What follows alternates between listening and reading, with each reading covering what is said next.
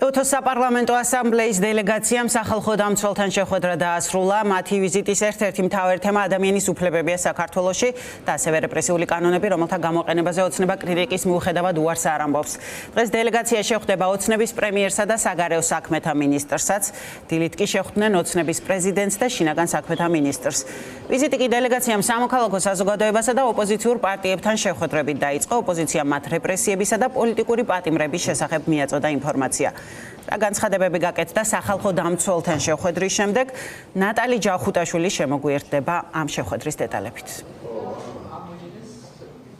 დიახ, შეხვედრა სულ რამდენიმე წუთის წინ დასრულდა. ამ შეხვედრის დასრულების შემდეგ სახალხო დამცველმა გააკეთა კომენტარი მედიასთან და განაცხადა, რომ ეუთოს საპარლამენტო ასამბლეის დელეგაციას ძირითადად აინტერესებდა ის ანგარიში, რომელიც წარადგინა ლევან იოსელიანმა რამდენიმე თვის წინ ოცნების პარლამენტში, რა თქმა უნდა, ისაუბრეს მოქალაქეების უფლებრივ მდგომარეობაზე ქვეყანაში, ასევე ჩვენს პარტნიორებს კითხვები ჰქონდათ იმ კანონებთან დაკავშირებით, რაც ბოლო პერიოდში იქნა მიღებული ქართული ოცნების მიერ და როგორც ლევან იოსელიანმა ჩვენ გვითხრა, მან დახურულ კარს მიღმა მკაფიოდ დაუფიქსირა დელეგაციას საკუთარი პოზიცია იმასთან დაკავშირებით, რომ ბევრი კანონი შეუსაბამოა საერთაშორისო სტანდარტებთან და ომბუდსმენის მიერ გასაჩივრებულია ბოლო დროს მიღებული კანონების ნაწილი საკონსტიტუციო სასამართლოში და ასევე სახალხო დამცველმა განაცხადა ისიც, რომ ისაუბრეს საპროტესტო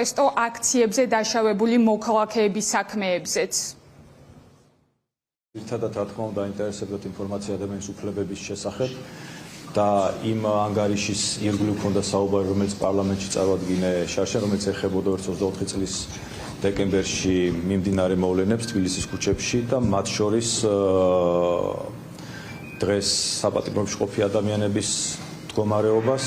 ასევე საუბარი იყო იმ გამოძიებაზე, რომელიც დაწყებული არის ამ საქმეებზე და რომელიც არ არის სამწუხაროდ ბოლომდე მიყვანილი. აი ამ ყველაფრის ირგვლივ იყო საუბარი, რაზეც დეტალურად ჩემგან მოისმინეს ინფორმაცია და მიიღეს შესაბამისი შეფასებები. მათ რა პოზიციები ჰქონდათ? მათ მაგივრად გამიჭირდება პოზიციის გაჟღერება, ალბათ ისინი თვითონ ისაუბრებენ, მაგრამ მე შემიძლია ვთქვა იმ საქმიანობაზე, რასაც მე როგორც სახალხო დამცველი ვახორციელებ, მათ შორის ახლად მიღებულ კანონმდებლობასთან დაკავშირებით.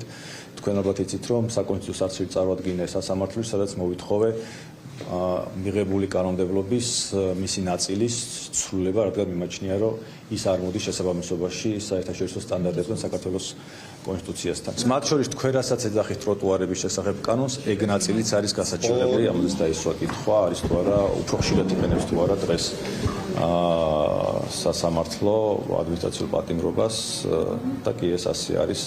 ანუ გამოდის, რომ იყენებენ ამას მოქალაქეების დასარჩევად. რა გამოდის ეს თქვენი შეფასებებია. მე შემიძლია ვთქვა, რომ 2025 წელს უფრო ხშირად ხდება ადმინისტრაციული პატიმრობის როგორც ღონისძიების გამოყენება, ვიდრე ეს ხდებოდა 2024 წელს ან 2023 წელს.